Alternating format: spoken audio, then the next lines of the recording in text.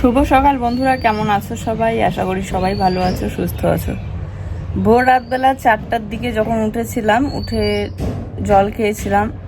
জলটার মধ্যে দেখতে পেলাম কত আয়রন, জগটার মধ্যে অনেক ইটের গুঁড়ে ভেসেছিল। তো ওই জলটা যখন থেকে খেয়েছি না, খাওয়ার পর দেখলাম কত আয়রন, ইটের গুঁড়োগুলো ভেসে আছে। তখন থেকেই পেট ব্যথা হচ্ছে, পেটের মধ্যে মোচড় দিয়ে দিয়ে ব্যথা হচ্ছে। তো সকালবেলা হালকা একটু কমেছিল, উঠে এই যে ব্রাশ করে মুখ ধুলাম আর বাসনটা নিয়ে গেলাম কলের পাড়ে, নিয়ে শুধু রাখলাম মাজবো বলে, আরো বেশি করে ব্যথা হচ্ছে। এসে এই যে শুয়ে আছি নিচে। ঔষধ খেলাম, পেট ব্যথার বড়ি ছিল, গ্যাসের বড়ি ছিল, খেয়ে এই যে শুয়ে একটু রেস্ট করছি। কমবে হয়তো একটু পরে। জল, কেনা জল খেতে লাগে আমাদের, হ্যাঁ না বলো? কেনা জল আনতে লাগে। এগুলো জলে খুব আয়রন। কি পেট ব্যথার জন্য আর বিছানায় শুতে ইচ্ছে করছিল না, তাই মাটিতে শুয়ে ওর সাথে গল্প করছিলাম যে জল কিনতে লাগে। তো ও বলছিল একটা ড্রাম কিনে নিয়ে আসলে প্রথমবার, তারপর থেকে ও নিজেই টাইম কল থেকে মানে এমনিতেই নিয়ে আসতে পারবে। কিসের ডুগডুগি বাজাচ্ছে? কিছু একটা দোকানে আসছে মনে হয়।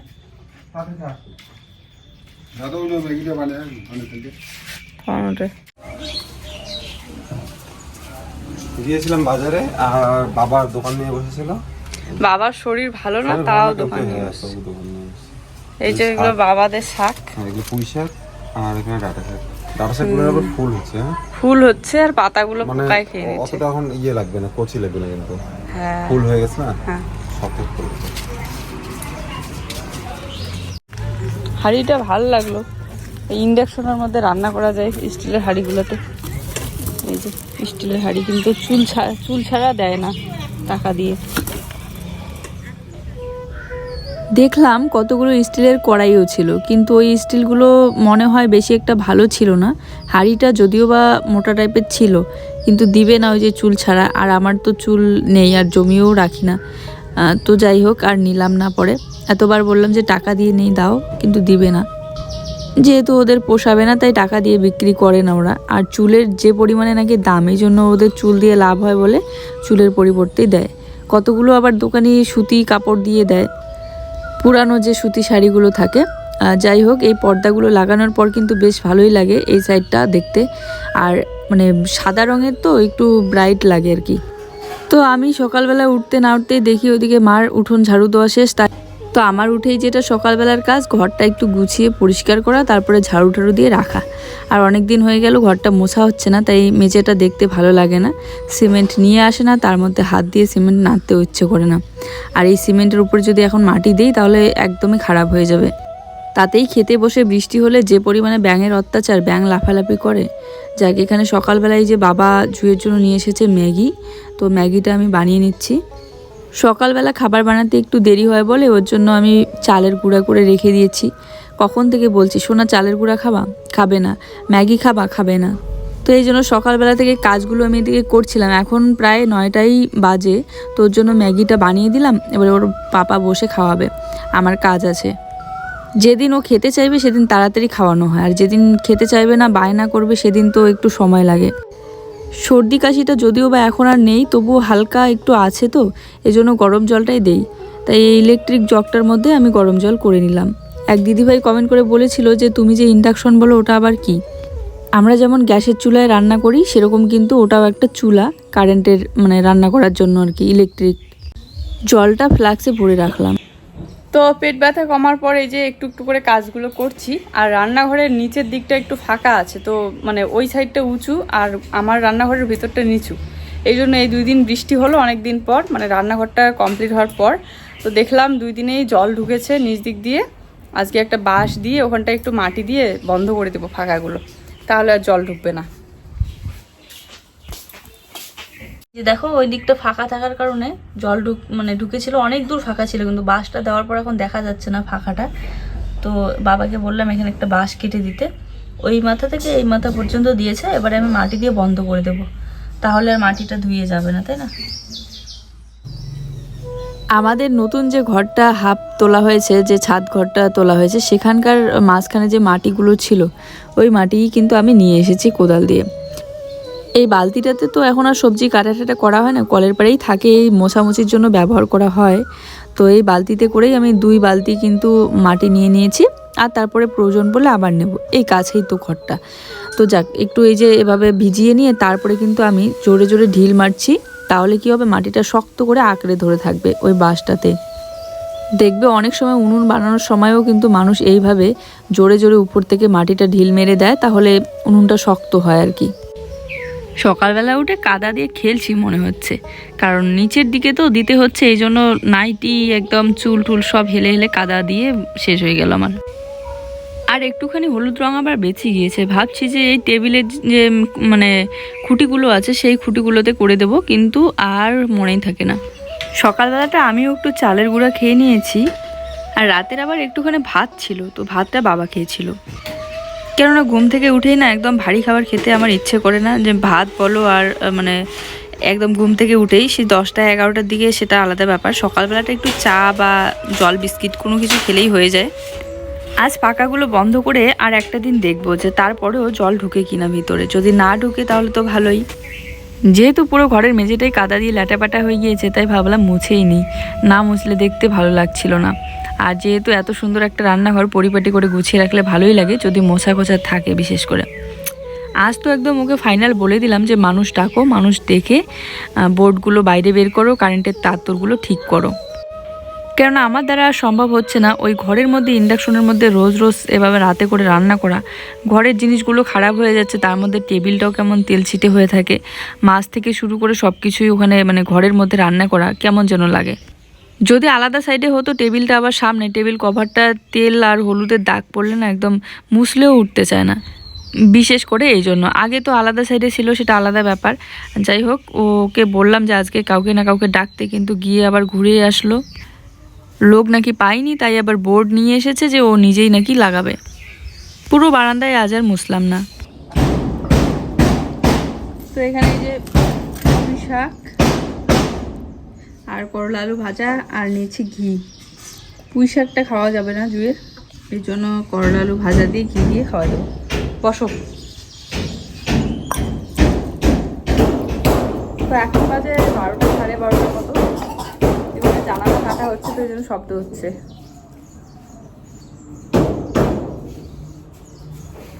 না বসো। পুঁই শাক তো আমার বরাবরই খুব প্রিয়, এটা তো তোমরা সবাই জানোই, এর আগে অনেকবার বলেছি যে পুঁই শাকটা আমার খুব ভালো লাগে। তো আমি খাবো পুঁই শাক দিয়ে, আর জুইকে ঘি আর করলা আলু ভাজা দিয়ে খাওয়াবো। করলাটা তো ও খেতে চায় না, তিতা লাগে। আর কালকের ভিডিওতে বলেছিলাম যে পাট শাক তিতা লাগে, এক দিদিভাই বলেছিল, 2-1 জন বলেছিল যে পাট শাক আবার কবে থেকে তিতা হলো। হ্যাঁ, পাট শাক কিন্তু মাঝে মধ্যে তিতা লাগে, দেখবে। এটা তো আমি আগের থেকেই জানি, কারণ আগের থেকেই যেহেতু খাই ছোটোবেলা থেকেই, তো জুই এই জন্য আবার খেতে চায় না। শুধু জুই না, বিশেষ করে অনেক বাচ্চাই আছে যে পাট শাক খেতে চায় না এই তিতার কারণে। সেম পাট শাকের মতোই দেখতে কিন্তু আরেকটা শাক আছে। এই ছোট্ট একটা রুমে 2টা জানালা হয়ে গেল। যেটাকে আমরা বলি মারা শাক, সেইটা কিন্তু তিতা লাগে না। বাবা ওদিকে জানালা কাটছে বলে শব্দ হচ্ছে, তার উপরে আজ বাড়ির পিছনের দিকে প্রচুর মশা হয়েছে, কেননা বৃষ্টি হয়েছে, তো বৃষ্টি হলে মশা বাড়ে খুব। ভিডিওতে কমেন্ট এসেছে যে আমাকে পেঁপে গাছ লাগাইতে বলো নাকি। এই দেখো পেঁপে গাছ লাগিয়ে রেখে দিয়েছি, এটা আমি লাগিয়েছি। এই এটা বড় হয়েছিল, এটা ভেঙে ফেলছে, গরু হ্যাঁ খেয়ে কি হয়েছিল? অনেক বড় হয়েছিল, গরু খেয়ে নিয়েছে। ওই জায়গা থেকে আরো ইয়ে উঠছে। হ্যাঁ, আবার পাতা বেরিয়েছে। ওখানে একটা পেঁপের চারা, এখানে একটা লাগানো ছিল কিন্তু নেই, গরু খেয়ে নিয়েছে। পুঁই শাক থেকে দেখো কত বড় বড় হয়েছে। আর লঙ্কার সাইজ দেখো, দেখতে পাচ্ছ? এই হচ্ছে আমার গাছের লঙ্কা, সারা বছর এই লঙ্কাটা হয় 1-2 করে।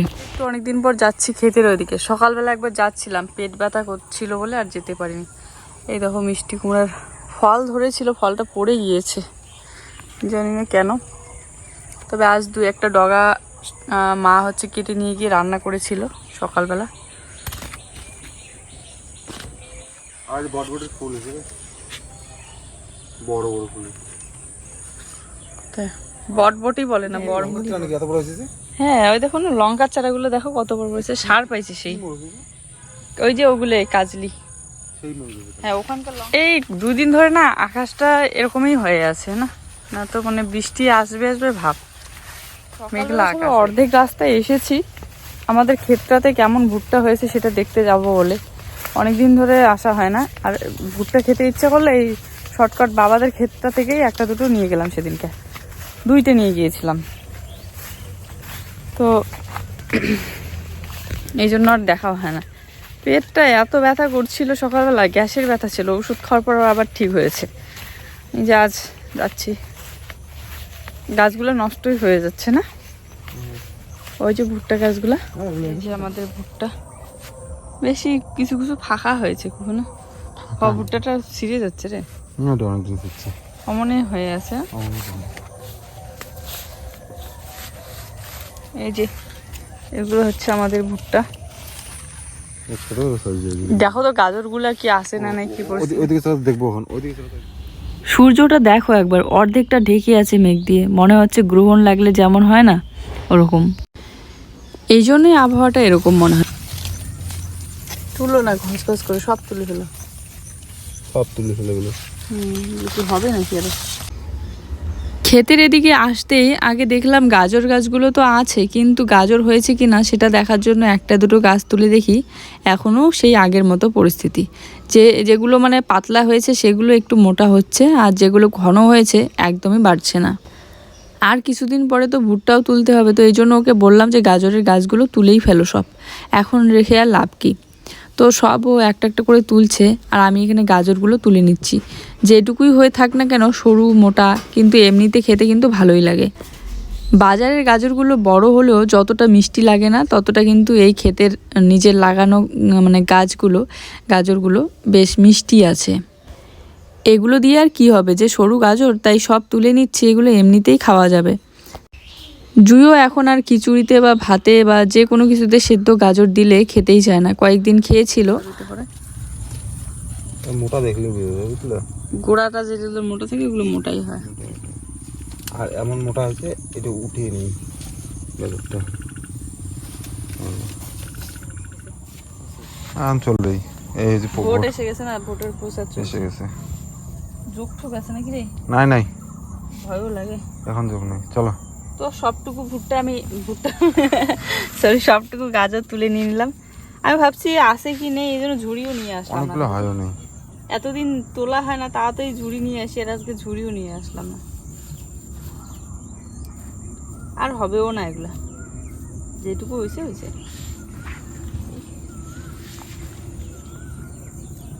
চলো।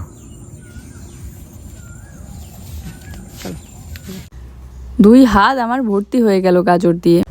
তো বাড়িতে নিয়ে এসে আমি একটু পরিষ্কার করে নিচ্ছি, এখন ধুইতে নিয়ে যাব মোটরের জলে, একদম ভালো করে ধোয়া হয়ে যাবে। গতকালকে তো আমরা বাবাদের বাড়িতে গিয়েছিলাম বাবার সাথে দেখা করার জন্য, তো আজকে আবার মা বাবা যাবে। আর সাইকেলটা যেহেতু রেখেই এসেছি বাবাদের বাড়িতে, দিয়ে যায়নি, তো ওইদিকে বাবা সাইকেলটাও নিয়ে আসবে। আর জুইও আবার যাওয়ার জন্য বায়না করছে, তো বলছে যে মা আমিও যাব, তো পাঠিয়ে দেবো ওকেও। আর আজকে তো আকাশটা আছে ঠিক মোটামুটি, কিন্তু তবুও ঠিক নেই, সন্ধ্যা হতে ওই বৃষ্টি হতে পারে, ওই মেঘলা আকাশ তো। একটা দুটো পচা আছে, পচাগুলো ফেলে দিতে হবে। কত সুন্দর লাগছে, আর এই দেশি গাজরগুলো না একদম সেন্টটাও সুন্দর, খাইতেও মিষ্টি। একটা খেয়ে দেখি, সেই লাগে তো এগুলো খাইতে, অন্য গাজরের তুলনায় একদমই আলাদা। দারুণ।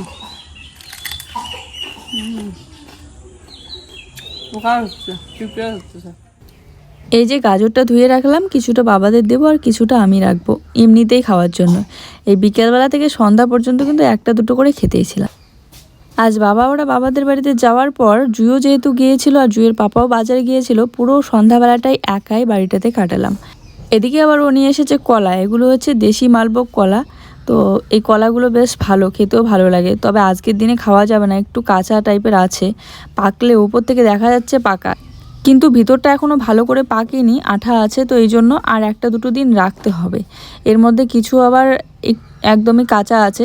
যাই হোক, উনুনটা তো ওই বাইরেই রেখে দিয়েছি, আর দেখাও হলো না যে প্লাস্টিক দিয়ে তো ঢাকা তো আছে, ভিজে গিয়েছে কি না। তো রাতে আবার রান্না করতে হবে ওই ওভেনের মধ্যে, এই জন্যই বলেছিলাম যে বোর্ডটা বাইরে বের করে দিতে। আর আজ নাকি তার ছিল না দোকানে, তাই তার নিয়ে আসতে পারিনি বলে সেট করলো না, এমনিতে বোর্ড নিয়ে এসেছে। তো কালকে একদম ও নিজেই ঠিকঠাক করে দিবে। যে বিছানার চাদর টাদর সব বের করে নিয়েছি, এগুলো ধুবো বলে। বেল নিয়ে এসেছে। শোনা, তুমি খাও না, তোমার খাওয়া যাবে না বেল। একটা বেল পড়েছে গাছ থেকে, বাবা নিয়ে আসলো। বেলটা অনেক পেট ঠান্ডা করে। তো দুপুরবেলা রান্না হয়েছিল পরে কি বলতো, ওই ব্রয়লারের যে ছালগুলো থাকে না, ওই ছাল দিয়ে হচ্ছে কাঁঠালের মানে এঁচোড়ের সবজি আর কি। তো দারুণ হয়েছিল খেতে। তো রান্নাটা শেয়ার করিনি আমি। তারপরে ওই সবজি ছিল রাতে, ওগুলো দিয়ে খাওয়া দাওয়া হয়েছিল। আমি শুধু 2-3টা পটল ছিল, পটল ভাজা করেছি আর ভাতটা করেছি। আর যেহেতু দুপুরবেলা সবজি ছিল। তো চলো আজকের ভিডিওটা এই পর্যন্ত।